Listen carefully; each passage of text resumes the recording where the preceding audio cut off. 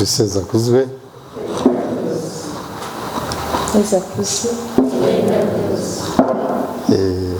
Katuba dushimire mbere na mbere nyakubahwa padiri inyigisho duhaye. Jye ku bwanjye numvishije mu buzima bwacu bw'urugo rwacu wagira ngo yubatse urugo ari byo bituranga, wagira ngo yashinze urugo kuko iby'urugo rubamo nibyo yavuze. Tugiye kubabwira ubuhamya, ntabwo turi bwigishe, tugiye kubabwira ubuhamya bw'urugo rwacu. Kuko nabwire Ndabarinze Anselme, twarashakanye tumaze imyaka 20. Harabura iminsi ine ngo twuzuze 21. Urumva ko harimo abo turuta, harimo n'abaturuta. Tukaba twabyaye abana 4. Batatu turi kumwe, undi joro byaramwisubije. Ubu tukaba dufite abana 3, abakobwa 2 n'umuhungu 1. Ubuhamya tugiye kubaha rero turabushyira mu bice 3. Igice cya mbere kiraba mbere y'uko tubana, igice cya kabiri tubanye, icya gatatu ubuzima bwo kubana, ibyo duhora nabyo, ibyo padiri uzavuga. Ubwo buhamya burashingira ku gice cya 3 inyigisho nziza duha ivuga ku kamaro k'urukundo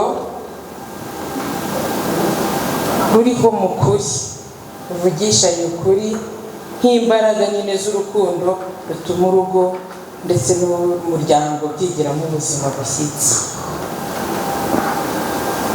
Nk'uko rero muri abashakanye, ibyo mvuga ntabwo ni ibintu mwese muzi.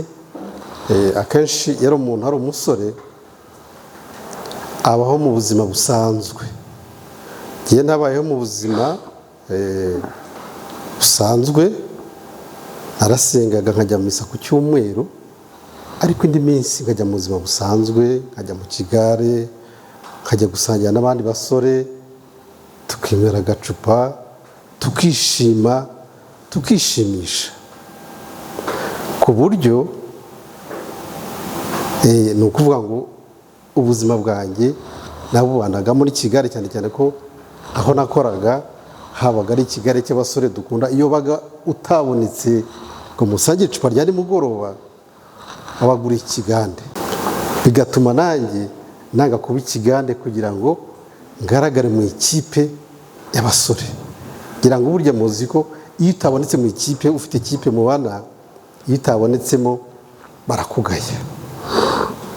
Ubwo rero ubwo buzima nari mburimo, ndi umusore, nari mfite umukozi, ku buryo n'umukozi wawe byagezeho arabimenya, amenya yuko njya mu kigare cy'inzoga. Iyo unyweye inzoga hari igihe ugenda ukarya n'akantu mu kabari wataha ntunarye. Kwa kundi yamenyere ko ntasindye, kuko azi ko ngomba kugira ibinatetse kandi nahashye, agateka, yateka simbirye, agashyira ku meza, akabona ntabwo ari kumbwira ngo ngwino urye, umukozi ntabwo yabwira ngo ngwino urye, aragenda agashyira ku meza, ukarya utarya ibyo bintu bimureba cyuko no kurya. Ubwo rero yabishyira ku meza, nataha akora nabaga abo twasangiye nahazi, nkumva sinshaka kurya, nta n'uwari kumbwira ngo urya, nari jyenyine, nkigira mu cyuma bukajya nkajya ku kazi. Abiza kubona yuko ntahasindye, noneho yigira inama. Burya abakozi bacu babaza ubwenge, noneho avuga ati bose ko ntarye, reka nanjye mukora umutwe. Agafata ibisoro akajya bitegura ku meza nta kintu kirimo, kuko nataha nkabona biri kumwe nta kibazo mfite, nkajya mu kitanda. Reka rimwe nzatahe, kwa kundi hari igihe kiya kiza ugasanga umufuka hatobotse. Reka nzatahe kare rero, nzajye ku meza ngo ngiye kurya, nsanga nta kintu kirimo. mbaza umukozi ntese kutatetse, arambwira ati bose naratetse igihe kinini nturye, noneho kugira ngo ubone ko nta kizi ku meza, kisuri ku meza, ko mbona kutamenyere kurya kugira ngo no gupfusha ubusa, kandi ibyo nahaga ntabwo byangarukira cyangwa mbwira ati nakoresheje ikindi, nuba narahaga byajyaga yese. Ubwo buzima rero nabayemo, ariko birashyira biza Imana ko ari igitangaza, ariko ibyo byose nabikoraga ku cyumweru najyaga gusenga, nubwo najyaga mu kigare, kuko nabanye n'ababyeyi bakandera bakantuza gusenga ku cyumweru, ntabwo nasiba gusenga uko nawe kose najyaga mu misa. twatangiriye aho ngaho kugira ngo tubereke ukuri kugezweho ari ishingiro ry'urukundo, kandi urukundo ruhoraho. Yewe rero ntabwo nari meze nkawe, nari umukobwa nkabikurikirana byose ndi mu mwanya wanjye, ndetse mvuka muri famiye iciriritse undi itagize ikibaye, ariko nanone by'ukuri iringaniye byasabaga gukora cyane kugira ngo ubashe kubaho. Nkora gusenga nkiga muri segonderi, njye ntabwo nari umukirisitu w'icyumweru, ahubwo mu mibyizi nabashaga kujyayo. Igihe cyarageze rero menyana na Aseri, twakoreraga ahantu hegeranye, ubwo turagira ngo tubabwire ko ukuri kugenda kukinjira mu ntangiriro zako, nk'uko iriya nyandiko umusaseridoti amaze kutubwira, iratangira. Iyo ukuri gutangiye, urukundo rurakomeza, kandi rugakomeza no mu bihe bikomeye, urukundo rwanyu rushobora gucamo. Hari ibyo padiri azavuga kode y'urukundo, ubwo muri bujye mwumva ibyo tuvuga, muze kwibuka n'amakode y'urukundo rwanyu. Icyo gihe cyarageze rero, ndi umusore ntekereza ku ushaka. Igihe umuntu ari umusore utarwaye, wumva ko ugomba gushaka. Ubwo rero uyu mudamu wanjye yababwiye ko yari akiri mutoya, byose ntabwo yanganaga gutya, yari afite ibiro bikeya, ariko nkamubona akenshi aho nabaga nkorera, yahanyuraga nawe agiye ku kazi, nkamubona yambaye akagutiya akiri mutoya atarabyibuha nk'uko nguko, nkamwitegereza nkandamukunda, ariko nkabura ukuntu mubwira, nkajya mugenda inyuma nkareba ko yahindukira kugira ngo musuhuze bikanga, namunyuraho ntansuhuze kuko yaranzi, ariko atazi kumushakira.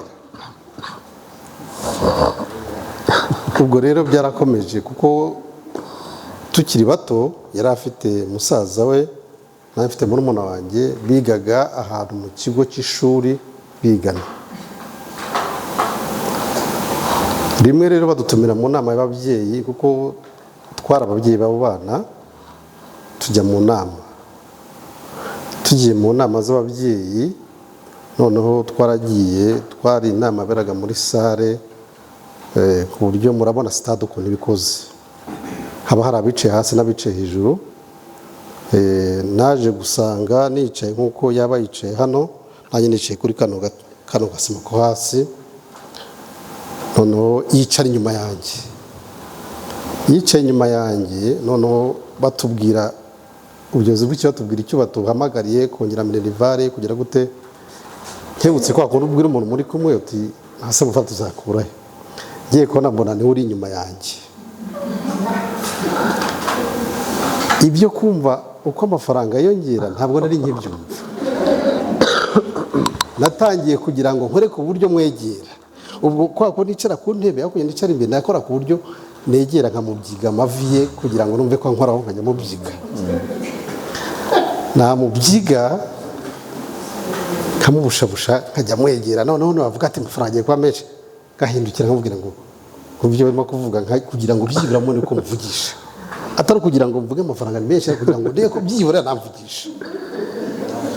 Ibi tubibabwiye kugira ngo namwe mu miryango muri hano mwinjiremo mutibeshya, mwibuke aho urukundo rwanyu rwatangiriye, kuko kuva kuri uwo munsi ubwo mu by'ukuri umuryango wanyu, igihe wamubonye bwa mbere ukamuvugisha akakuvugisha, mu kuri naho ngaho rwatangiriye.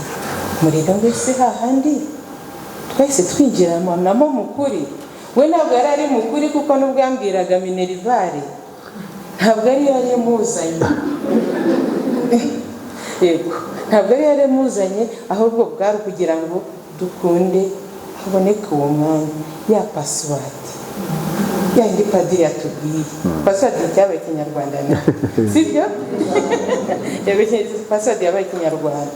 Yego, mwibuka aho ngaho iryo zingiro twebwe twitaho cyabereye igihe aho urukundo rwatangiriye, aho rwatangiriye. Ngewe namwe nimuhibuke maze mwongere musubizeho umutima, dukomeze uburyo bw'urukundo ruzira uburyarya, kuko niyo wenda byagezeho mu buryarya ariko rwaratangiye. None ngewe nawe mufite imyaka mumaze, natwe dufite iyo tumaze. Yesu aracyaturangiye, sinakenera isingizwe. Ubwo inama yarashojwe rero. Telefone zicyaduka, mwaka nomero ya telefone ya mobile arayimpa, sinabwo icyo mushakira, iyo nimero ndayijyana. Nababwiye ko aho nari mfite akazi, noneho nari naragize amahirwe ahantu hari umuntu kera, hari ikintu bitaga Rwandatel, turabwira ni ibyacu kandi byabayeho kera. Hari ikintu bitaga Rwandatel, nkuko padiri yatubwiye, ikintu bita cya kintu bashyira mu murima kugira ngo kirinde, no kugira ntabwo byumve nidushyira mu bya kera mujye mwumva ko abakiri bato bihangana. Ubwo rero hari ikintu bitaga Rwandatel, hari umuntu wakoragamo twari tuziranye, arambwira ati rero, ati kubera yuko urabona ngo muri Rwandatel, reka nguhe telefone zimwe z'akagozi, zari ibintu za fixe. Noneho ati reka nguhe telefone kuko nicyo mbona nagufasha. Ntese ko n'amafaranga mfite. Ati nta kibazo, uzajya uzishyure gake. Ati uko uzayikenera byarahenze. Ntabwo nta kibazo. Ubwo Imana yarampaye ngira akazu katari kuzuye, kari ibyondo ariko gakinze. Iyo telefone igishyiramo, nyine padiri avuze ko hari igihe tuganya muri salo mu cyumba imbeba zikaza. Ubwo natuye muri salo, iyo telefone igishyiramo, abantu babona ko mfite telefone mu rugo. Iyo telefone rero naje kujya nyikoresha kuri telefone, nge nta mobile nagiraga, naje kujya nyikoresha kuri telefone ya Elevani, nkajyamo bipa. Ntabwo namuhamagaraga, namubipaga gusa, ngeze imira nkamubipa. Nababwira uko byamugiyemo ndimo kumubipa. Baranzengereje cyane, byamuzaga uburyo, ku buryo sinari nzi ngo ni yahehe, ariko naba nicaye sangahe numva telefone irimo irambipa. Tugererwaga na 038. Ndanayibuka kandi nigira yashize imyaka nka 19, kuko hashize igihe gitoya izo telefone mu rugo zirarangira. Uyu munsi dukoresha iyo tugendana mu mufuka. Rero byabaye ngombwa ko nshakisha iyo nimero y'uwo muntu, nanjye ndavuga nti ndabona mbangamiye. Barambwira ngo ni Anselme, ibaruye kuri Ndabarenze Anselme. Bwarataranyibwira bitaragenda gutyo, kugira ngo twihute, igihe cyarageze. Noneho ngiye ndamuhamagara, ntubwire se kumuhamagara, ntumbwire niki gituma utambwira icyo ushaka, bigenda gute? Noneho ndamufungura, kuko no mu miterere yanjye ntabwo nkunda guca ku ruhande. Iyo byemeye biremera, iyo byanze nta mirimo. Arambwira ngo nuko ngukunda, ushobora kuzana umwanya tukaganira. Arambaza ngo ese utuye he? Ndamurangira. Araza tukajya tuganira nkuko nabibabwiye. Nge nari mfite umurongo nafashe. Ubwa mbere ansura nababwira uko byagenze. Ubwa mbere musura, nkuko yabwiye ko yasengaga, yarambwiye ngo agiye gusenga, bagiye mu muryango remezo. Ambwiye ko agiye mu muryango remezo, ati kandi wihangane ntugire ngo ndagusize. Mu muryango remezo bambwiye ko turi buhure. Ubwo namwe nanze kuvuga ngo waretse ko ntugende tukagumana. Ubwo narihanganye ndategereza arajya mu muryango remezo. hari umuryango umwe twari duturanye wari inshuti yabo, abagiyeyo arandindira ndagaruka. Rero umuryango remezo wacu warakoraga cyane, hari n'igihe cyageraga tukajya gushengerera, tukagera gute, ibyo byose wenda turabibabwira kugira ngo tubereke ko imbaraga z'urukundo kandi ziriho mu kuri, icyo ushaka ukigeraho. Igihe cyarageze twihuse, ati ndifuza ko tubana, ntabwo bishoboka.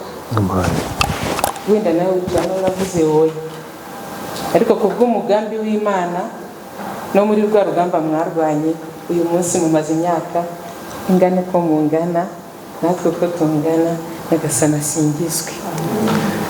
Icyo twongeye kubabwira, tuba muri Communauté Emmanuel no kugira ngo niho hadufasha kwitagatifuza mu gusenga. Ni byinshi ubuzima bwacu tugize ntabyo bafata igihe kinini, noneho tugiye mu gihe cyo kugira ngo tubanye. Ibyo fiancé ntabwo ni byinshi twabanyemo, noneho tugiye kubabwira tubanye. Rero wenda mbere yuko tugera aho tubana, igihe cyarageze twiyemeje kubana. Nababwiye ko famiye yanjye ntikomeye cyane, wenda n'amateka yayo ntavugira, ariko mu by'ukuri nanjye maze kuvuga yego, nishimiye kubona umugabo mwiza akora muri electrogaze, ufite imbaraga. Nanjye icyo gihe nakoraga mu rukiko, ndi umunyamategeko, numvaga bindyoheye. Icyo gihe rero numva biraryoshye, numva tugiye kubaka urugo rwiza, ndarwubaka mu mutwe. Wenda nawe ushobora kuba hari uburyo warwubatse. Ndarwubaka, numva turaturanye mu kazi, tujyana ku kazi, tuvana ku kazi, tugende duhite tubyara abana, tujye tubasiga, tuzabyara abana 4 kuko Nyagasani yabaduhaye ni mwiza.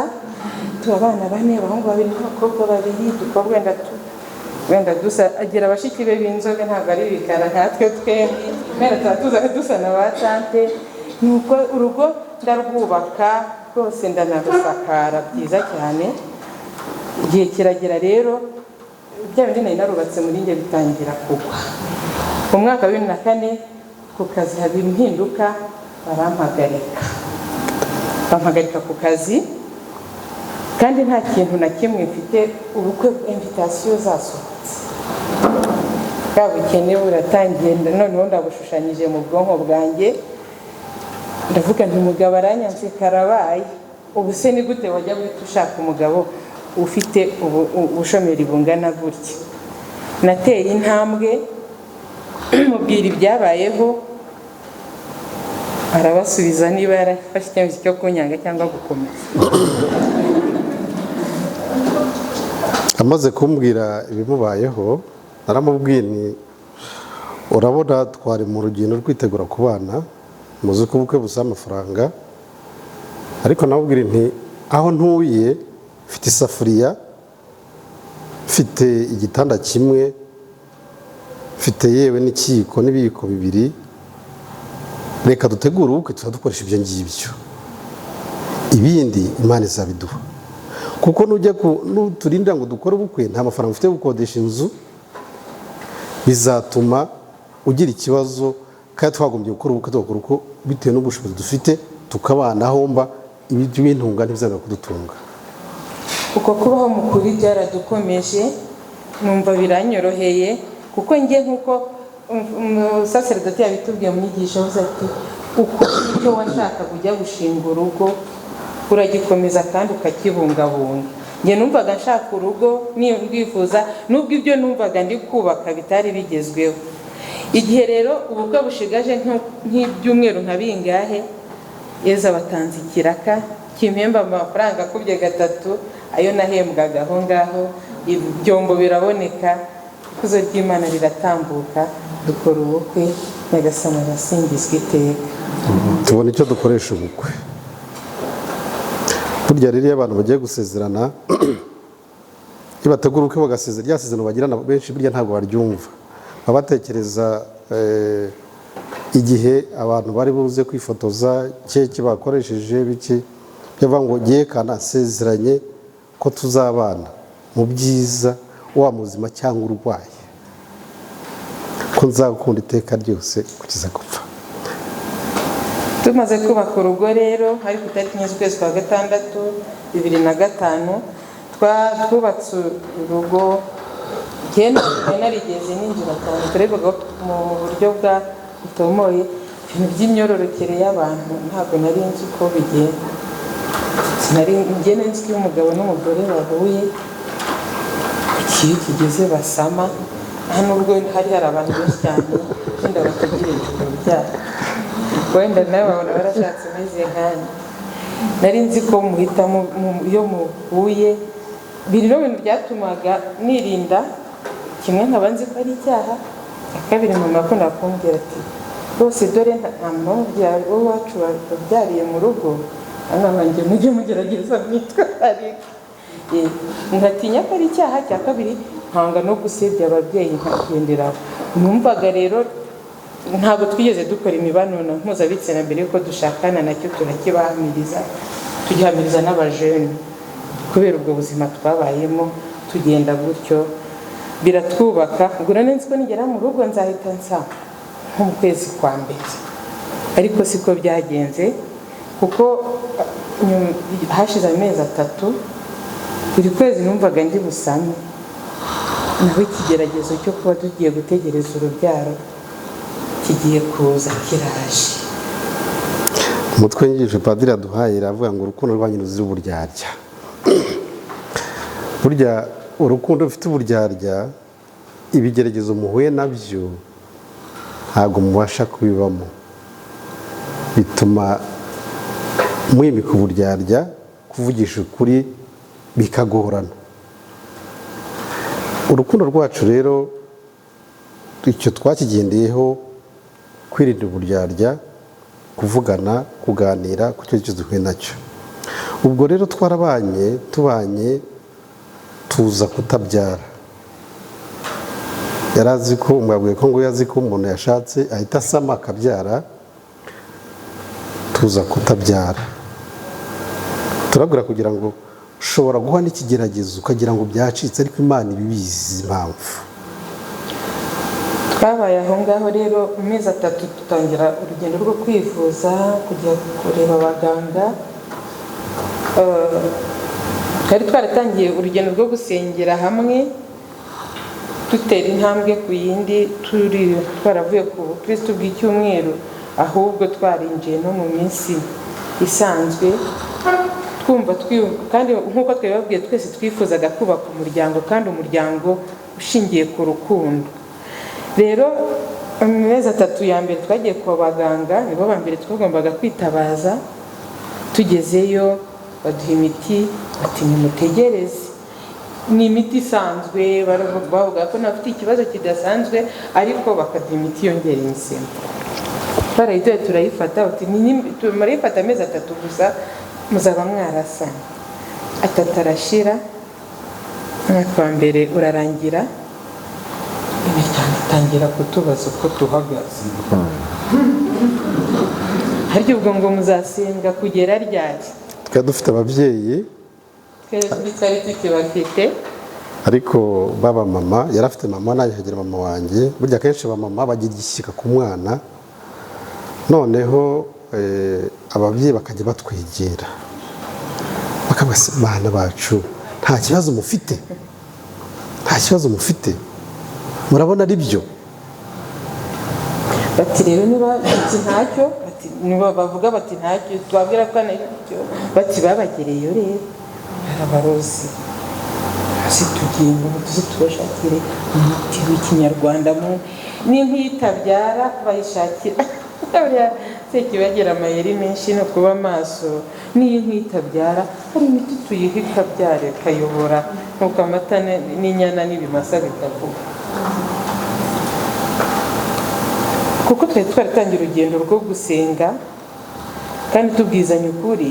Ntabwo ibyo bintu bicaraga ngo badukorere inama ngo babatubwire icyo kiba bitubwire, ahubwo buri wese yabibwirwagwa ukwe. Nagana mama akambwira, yaba yegereye mama umubyara nawe akamubwira gutyo, ati buriya ntabwo babarozi, uzaze turebe. Icyo twarwanye nacyo dutera intambwe ntabwo twihakana izina rya Yesu twakomeyeho. Nta nubwo ari bo gusa babitubwiye. Icyo gihe tujya kwa muganga, wenda abahuye n'urwo rugendo, abari gutera uwo musozi cyangwa bawutereye cyangwa bawubayeho bazi uko bimera. Niyo mugeze kwa muganga barakubaza, se madamu ni ubwa mbere nta mwana wigeze ubyara? Cyangwa se bakabaza umugabo batese nta mwana ufite hanze? Ibyo ni abaganga b'abahanga babibaza, ni ibintu bisanzwe biriho. Twebwe rero twasubije oya, ati nimugende mutegereze rero ubwo ngubwo. Ubwo rero igihe cyarageze. Ubwo rero muri uko kuba dutegereje urubyaro, yaje no gusubira mu ishuri. Muzi ko kwiga ntibijya birangira, yaje gusubira no mu ishuri ariga, nkajya muba hafi mu gushaka minerivare. Ariko dutegereje nuko tuzabona umwana.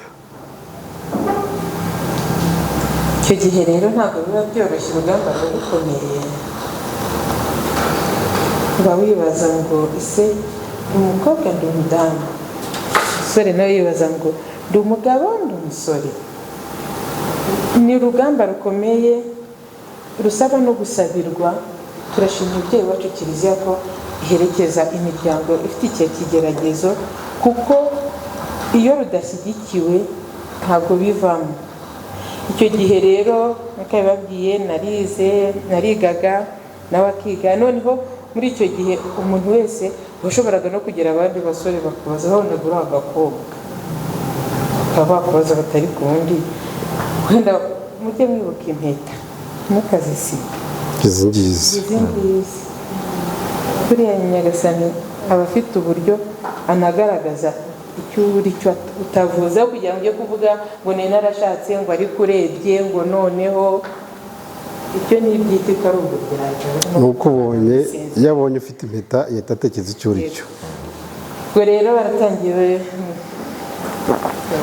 abasore bati dushobora gutangira urugendo, ariko ngende Mariya narashatse. Ufite abana bangahe? Ntabwo. Ni umugabo utabirimo neza nyine. Neza akuzwe. Uyu munsi ushobora kuba nawe ufite urugamba, ntutinye ngo ufite imyaka ingana gutyo. Twahereye aho kugira ngo tumenyere kubaho mu kuri, mu rukundo ruzira uburyarya. Na yego twavuze tuyihagarareho. None se ubwo ati mpita se? Yego. Twabona atabirimo neza twikomereza. Niba nawe uyu munsi hari ijwi riri kukubwira ko mwashakanye atabirimo neza, bamaso. Urwo rugamba rwaratangiye, wirurwana wenyine, urwana nk'urundi padiri yakubwiye. Wirurwana ukingiye, ko nukinga ahubwo ruzakugaruka rukakugwira ruri kumwe n'igikuta. Kubera urugendo rero twari twaratangiye rwo gusenga, twanamenyeze ntabwo twebwe tubaho ngo umugabo n'umwana wundi. Twatangiye kugenda turwana urugamba. Muzi cyatubayeho? Icyo gihe nari ndi kurwana urwo rugamba, nawe yari ari ku rugamba rw'umukobwa umumeneye nabi kuri telefone. Twaba turyamye nka saa 5, nkumva telefone irasa. Nta mwana dufite ku gasozi wenda wiga ngo yarwaye, wenda se n'umubyeyi ugize ikibazo abanza kurwana nabyo, wenda araza kwibwira. Ubwo nanjye ndwana n'ibyo, ariko kuko hari igihe twageraga cy'ikiganiro cy'urugo cyo twagikomeyeho, turakira tukigera hiyo ngingo. Dusenyere Sekibi udutegeka gusunika ibyo bikuta no gufunga ibyo byugi by'icyo nshaka guhisha uwo twashakanye. Gishobora kuba kinakomeye uvuga uti nimbimubwira birapfa cyangwa se birazamba. Oya, muri cya kiganiro ku myaka iyo ari yo yose mutera intambwe. Muri cya kiganiro rero twagiraga nk'abashakanye, nubwo numvaga bingoye kubimubwira, ariko nawe yari afite ibimugoye ashobora kumbwira kugira ngo dukomezanye urugendo nk'abashakanye. Iyo telefone yampamagaraga, ni umukobwa yampamagara akambwira ati urabona warashatse ntiwabyaye, umugore wawe uriya ni utabyara. agiye kuguca, agashaka yuko ngo tubana tukabyarana, uwo akambwira ati wenza reka twibanire tubyare, nzakubyara igende muzima kandi nawe uri muzima, utazabaho utabyaye. Burya ikigeragezo cyo kuba abantu batarabyaye burya n'urugamba rukomeye, ariko ikintu cya mbere kugira ngo urwo rugamba rusohokemo, isengesho, kuganira no kuganira. Icyo twahuraga nacyo buri wese twaratahaga akakibwira mugenzi we icyo yabonye cyose, ari abasore bamubajije, ari nanjye yarabampamagaye nkabimubwira. Ibyo bigatuma tubasha kubaho mu buzima turimo kandi mukuri. Byaraduherekeje cyane muri urwo rugendo, tumara imyaka 6 tutarabona umwana, ariko urugamba rwo ntabwo rwigeze ruhagarara, rwatangiye mu mwaka wa mbere. Mutekereze ko rungana. Hari ikintu padiri yavuze ngo wenda nabyumvishe muri iryo, ushobora gusanga Imana iyo uhagaze neza mu izamu ryawe, niyo hagize ugira intege nke, iyo agarutse asanga rugihari. Izina rya Yesu nirisingizwe. Nuko bimeze natwe twabaye muri ubwo buzima. Icyo tumaze kukiganiraho twumva ko ari ndatake ya mbere, iya kabiri atake cyabaye Ikinyarwanda. Ubwa mbere twabanje kurwana n'intambara y'imiryango itwohereza kujya mu Kinyarwanda no gushaka indi miti. Nyagasani araduhagararaho tumuhitamo, none tugiye kumuhitamo noneho mu kigeragezo cy'umubiri kandi gikubise ahantu hakomeye. Muri uko kumva ukururwa n'uruhande rumwe cyangwa urundi, hariho nuko dukeneye umwana mu by'ukuri. Tumera nka cya Yesu ajya ku musozi ngo nugira gutya bizagenda gutya. Avuga ngo hose batubwiye ati nituramuka tuzibyarira umwana ukeneye uzamubona, iyo mwubatse mumwifuza. Rero Nyagasani yagendanye natwe, icyo cyo cyaratuzengereje cyane, tubabwiza ukuri, ariko dutangira urugendo rwo gukira hano mu Muhogo. Ntugire ngo mwahisemo nabi, ntuhangayike ngo waje wenyine, ntihangayike ngo ibyo turimo ngo birakomeye, ngo Yesu muri bwo ntazabishobora. Azabishobora. Nta mwahisemo neza, abandi bahitamo ahandi, ariko aha niho. Icyo gihe rero cyarageze, dutangira urugendo, kuko twabonaga turimo kugenda duhura n'intambara zitandukanye. Yesu muri uru rugo twongera kuhahura Nyagasani mu gutegwa amatwi ndetse no kubwira abavandimwe ngo badusabire. Ntimucyure ibyo mwabijyanye bigoye, wenda si ubwa mbere n'ubwa kenshi, ariko ntimubicyure. Muri urwo rugendo rero niho twakiriye ko no mu rukundo rwacu hadashobora kuvukamo umwana. Nyagasani naramuka byemeye, uri umuryango wabayeho mu kuri. Nyagasani twumvisa ko dushobora no kubaho tudafite umwana, kandi ubuzima bugakomeza, tukagumya kugendana nawe twishimye. Kandi muri iyi si wenda hari ikindi Nyagasani yashatse ko urugo rwacu ruzuzuza umugambi kuri ino si. N'uwanyu n'urwanyu rufite umugambi wabo. Ubwo rero maze kuduherekeza, baratuganiriza, badufasha, bakajya badusengera. Ubwo byadufashe kwakira ubuzima turimo, tubabwira ngo namwe kuba mwaje ahangaha ntimugira ngo mwahombye, ni ikintu cyiza. Igihe cyarageze rero, ndangije kwiga Yesu ni mwiza, tunaherekezwa bagira gutya. Muri cya kiganiro cyacu twababwiraga, dufata icyemezo cy'uko imyaka 6 iba yigiye hirya, dufata icyemezo cy'uko tugiye kuzashaka umwana tukamurera iwacu. Hari abana baba bagiye bajugunywa mu muhanda, hari bagatoragurwa na ribu, bahora ku bitaro. Twumvaga ku bwacu tuzamufata tukamurera, ntabwo twari kumufata nk'iyo. Icyo ni kimwe. Cya kabiri, twamumara no gushaka uburyo azabaho. nta nka twagiraga cyangwa byari ngombwa ko tuzamukamishiriza. ubwo rero muri umushinga w'umwana twakoze umushinga wo kuzakira umwana mu rugo iwacu, ariko dusanga ntitwakira umwana w'uruhinja. Mama muzi ko umubyeyi abyagira amashereka, nta mashereka agira kandi umwana akeneye konka. Twakoze umushinga tuvuga tugiye kuzakira umwana, kugira ngo tuzakire umwana reka tugiye gushaka inka. Nidushaka inka tuzayiragize, nituyiragiza izakura, nimara gukura izabyara, nibyara tubonye amata tuzane wa mwana tumuhe amata y'inka yacu. Mu byumba iyo ni plani y'urugo. Twumvaga ko umwana tuzakira azanywa amata y'inka yacu, nayo yari biri muri bije.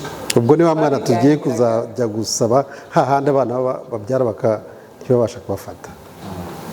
Igitangaza cy'Imana ni uko ya nka twayishatse, twari wenda kumera nko mu cyaro gatoya, hirya gato twiragiza umuntu uri hafi aho kugira ngo nyine amata ajyaza ku gihe.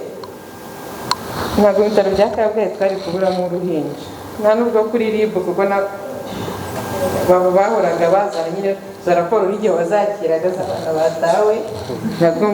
Ntabwo nashoboraga gushiramo ukwezi nta mwana utoraguwe w'uruhinja rubisi burundu, bakabona biteye agahinda. Ubwo rero ya nka twarayishatse tuyiragiza umuntu arayituragirira imera neza, ibyo Yezu akora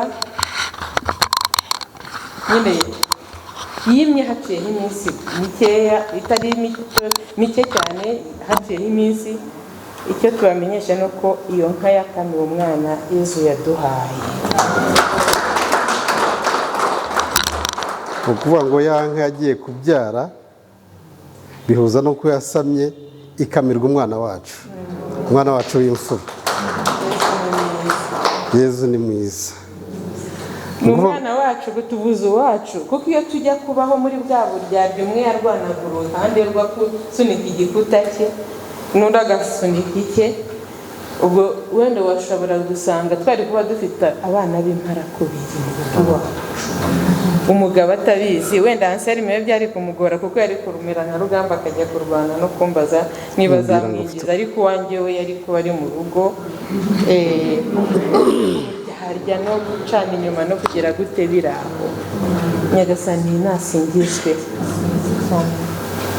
Ubwo rero twarabyaye, turishima, Imana iraduha, turabyara, tubyara abakobwa babiri n'abahungu babiri.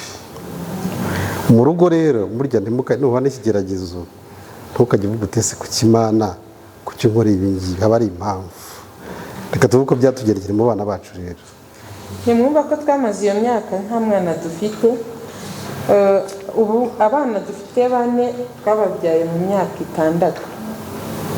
Bisa nk'ibidashoboka kuko hagati y'umwana wacu n'undi nta myaka 2 igiye irimo. Ubwo twaratangiye nyine umufiririzo dukomereza. Rero dusingiza Imana, turishima, urugo ruzana umunezero, abana barashimisha, twitwa ababyeyi ba mama kanaka na papa kanaka, ababyeyi barishima, inshuti n'abavandimwe. Yezu abatsinze igitego iwacu, turavuga ngo ntituzakuvaho.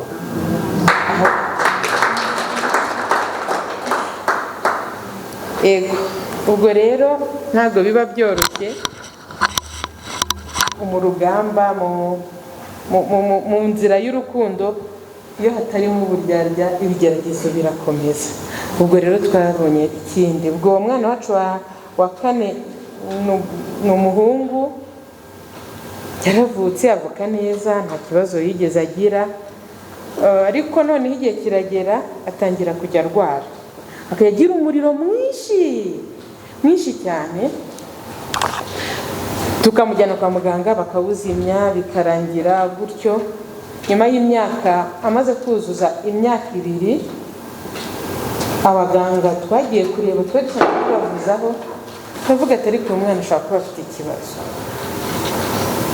uyu mwana ni mu mujyane i Kanombe murebe, kuko uyu muriro ugenda ugaruka tutamenya impamvu, ni mu mujyane i Kanombe.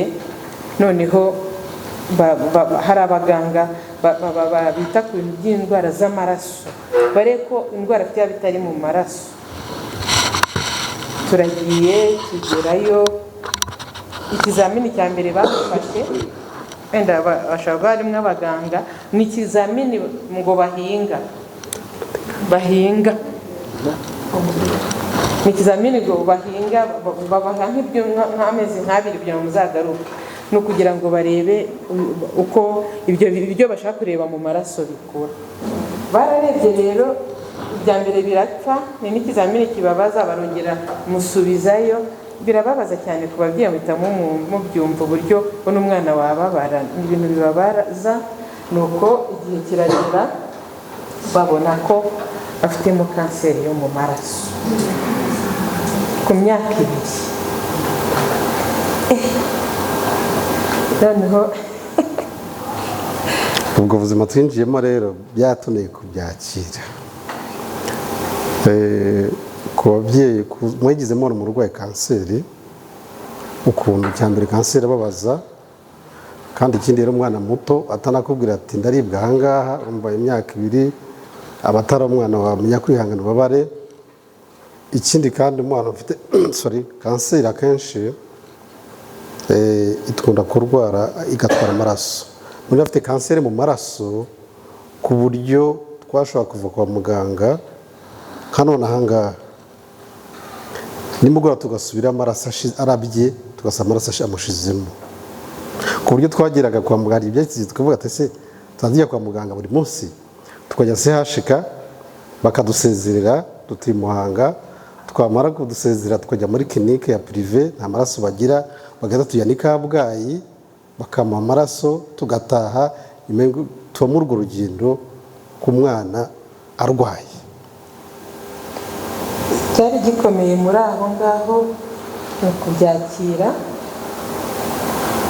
byari biremereye kuri twebwe. Turi kubivuga gutya, wenda ushobora gusanga ngo wenda namwe turababwira icyo ngicyo, namwe mutekereze ku cyanyu cyabagoye, ariko Yesu ahora ari muzima. Rero icyabayeho, twarongeye dukubitana na cya kigeragezo. Nubona ikigeragezo kigenda kigaruka, uzahitemo Yesu kuko azagufasha kugicamo. Rero barangije bavuga bati abantu bati ntabwo kanseri, se kanseri y'umwana barayikuye ko ntayo mufite, mukaba mu by'ukuri tuvuga ko tuyivana mu bintu turya bitagira gute, uyu mwana kanseri yayibonye, ahubwo bashaka kuba baramuroze. Kandi gituma ayo maraso ahora ashiramo n'igiki. Abaganga batubwiye ko umwana afite kanseri, ariko abandi bati umwana baramuroze. Ntabwo bishoboka. Ushobora kuba abaganga batababwira, abaganga ntibavura amarozi, mukaba abana. Yaratangiye kujya kanseri yo mu maraso igira ku bana, igira ibimenyetso bibiri. Iyo atananutse cyane arabyiba, ugasanga afite nk'akaka kagera hariya, atamamiza gutya.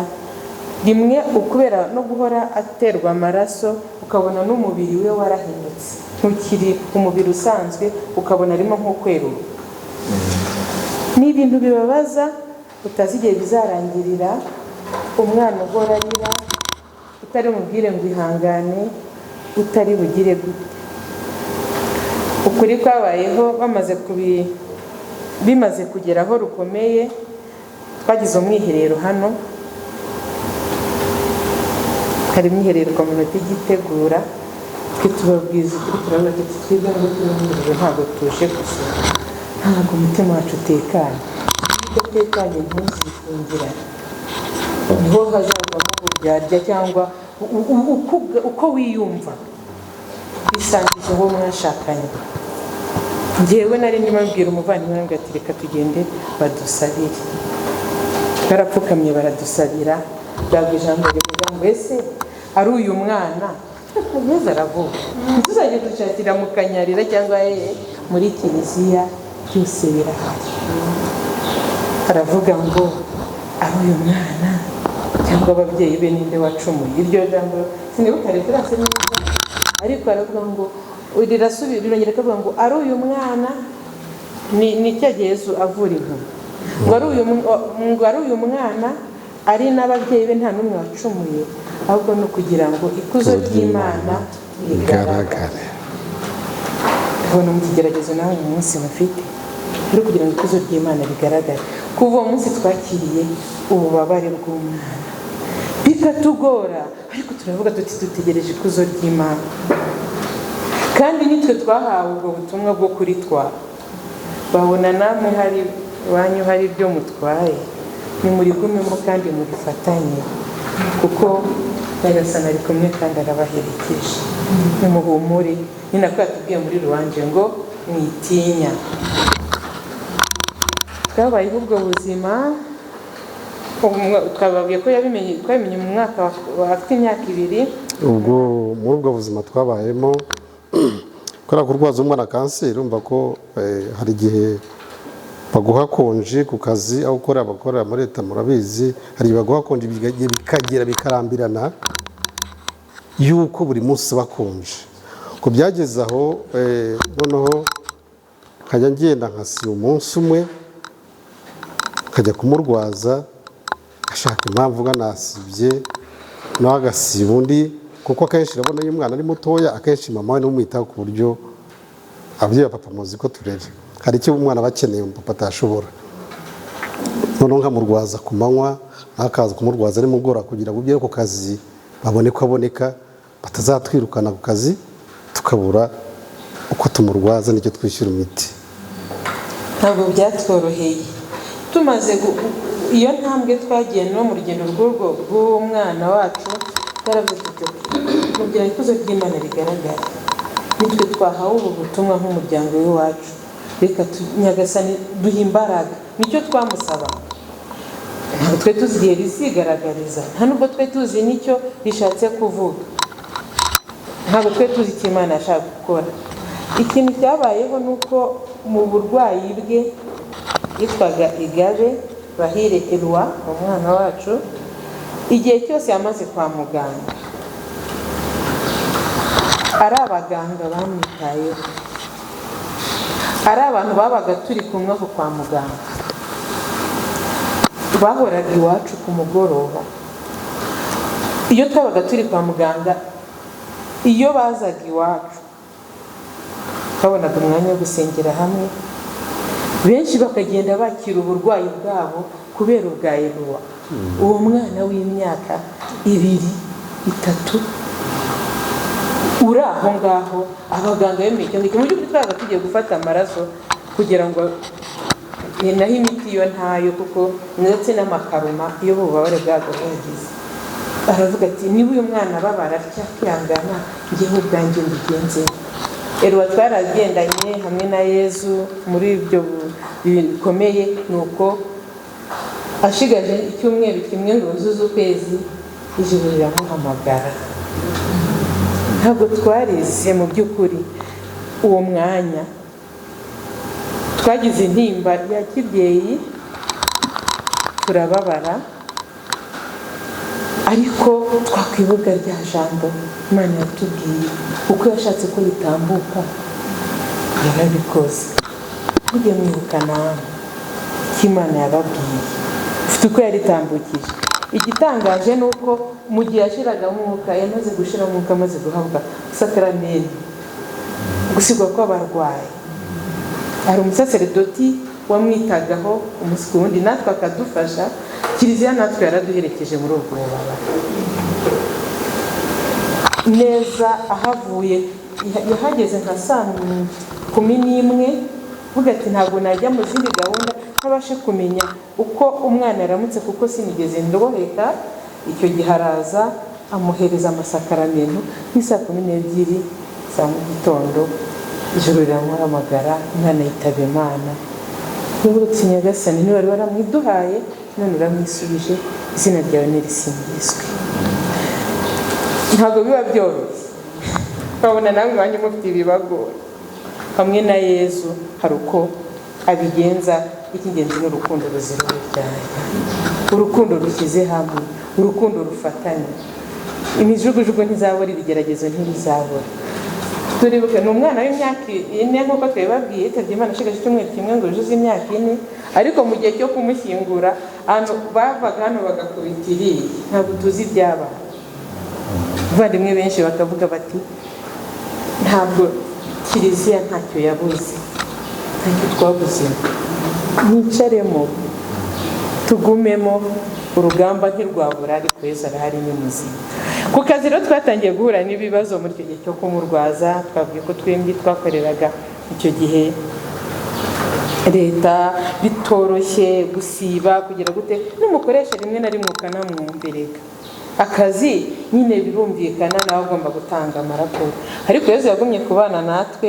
Igihe kiragera rero, hari ibintu twari twarasabye ko bizagenda gake tuzageraho, twabibonye tumaze guca muri icyo kigeragezo gikomeye yuko umwe azikorera undi agakorera leta, kugira ngo twembi icyo kintu cyabayemo kikatuzahaza,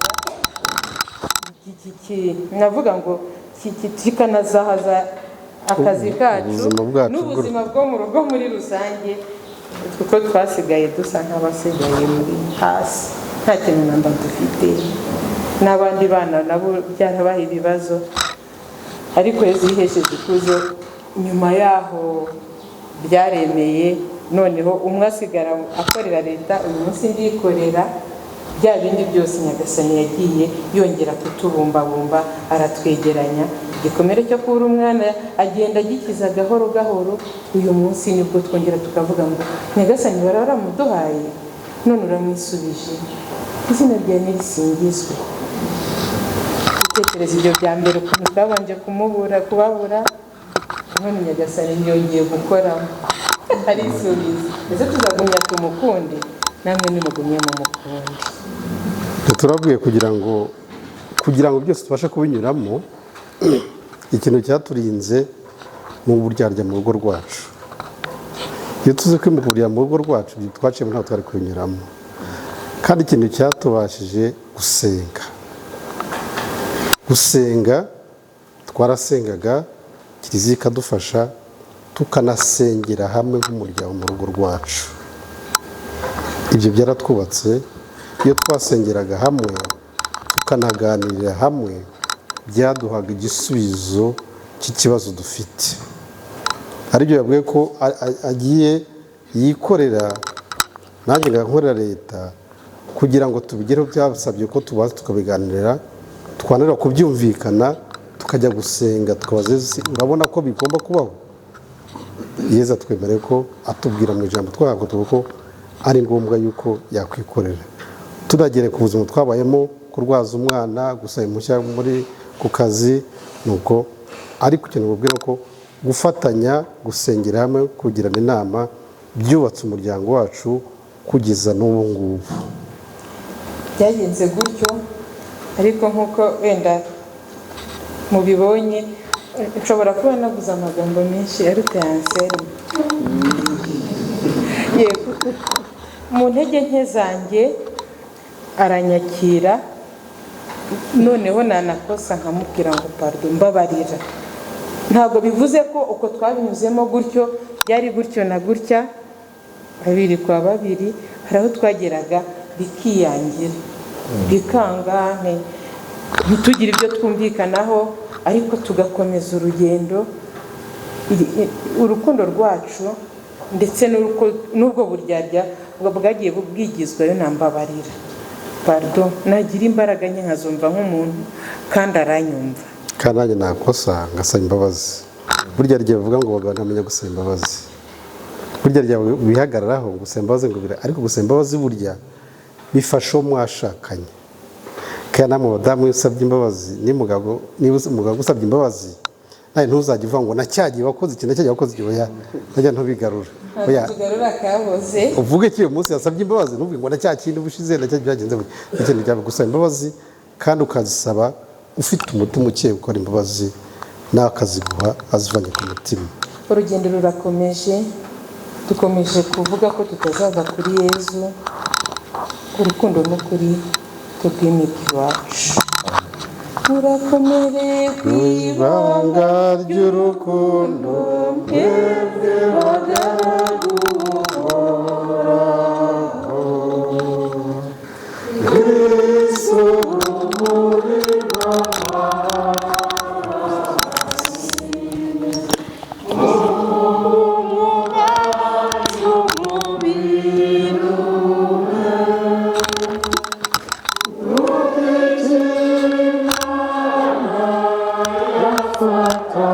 rw'afatanyije,